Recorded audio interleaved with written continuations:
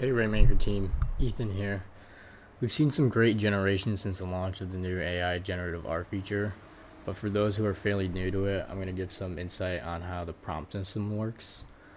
First off, some of the models are trained to generate specific pieces of art. An example would be the cute creatures. This model was not trained to generate real world animals. So let's say if you click on that, put in a space whale, hit generate.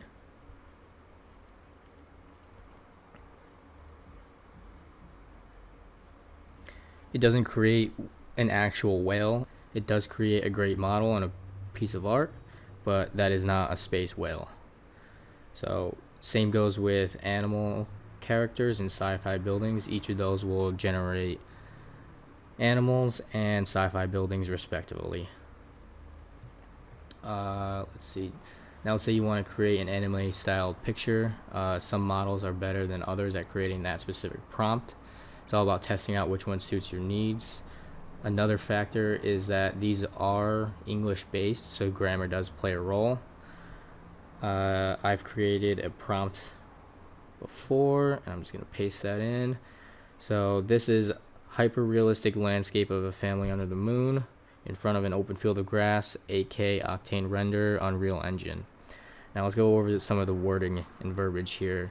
Hyper realistic, that's just to get a better, more photorealistic type generation. I want it landscape, I want a family, and I want them to be under the moon.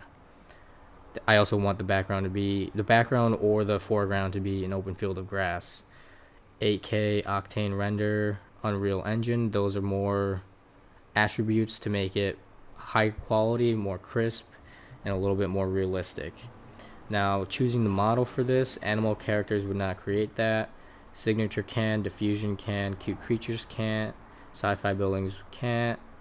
3D style will create very high detailed 8K octane rendered art pieces, but it will be in that 3D model kind of Pixar-esque style, so I don't want that.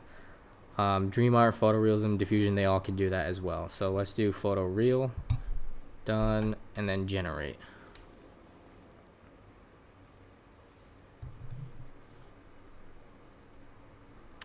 So that's what it generated. There's the open field, there's the moon, and then there's the family.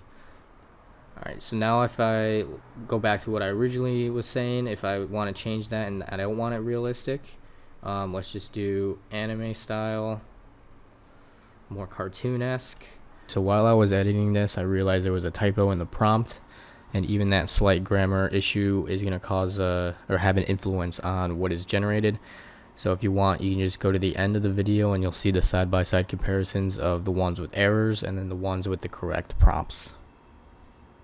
Anime style landscape of a family under the moon in front of an open field of grass, 8K octane render, Unreal Engine. Those will stay. You can keep those in there. They do make it a little more crisp and sharpen points. But to add more anime attributes, I'm gonna put in the style of Studio Ghibli. And then let's see, I will choose Diffusion XL for this. Let's see what it does.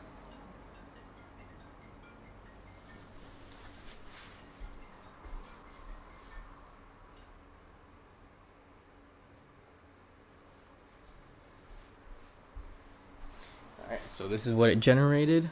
There's the family, there's the moon, there's the open field, and it's pretty good. Now let's go and use the same exact prompt, but let's go to, let's see, Dream Art and see what that does.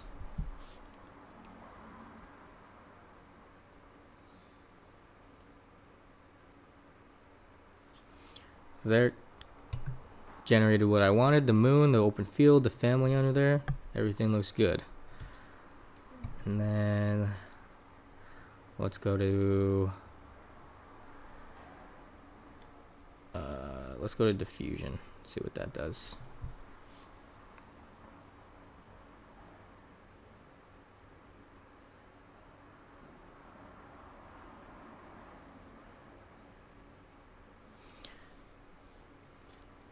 All right, that one generated a Studio Ghibli style a little bit better than the others. I don't know if anyone's familiar with those art styles. They have a blend between realistic and graphic as well. So this one is definitely a little bit better at generating a Studio Ghibli style. But that's what it takes. You have to mess around with the wording of the prompts. It's very important to get the grammar correct, and then you'll be able to find, like, if you're really interested, you can look up other attributes to create really good artworks.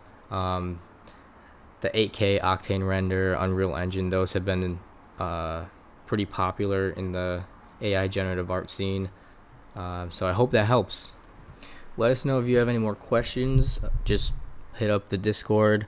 We'll read them and then try to answer them as best as we can.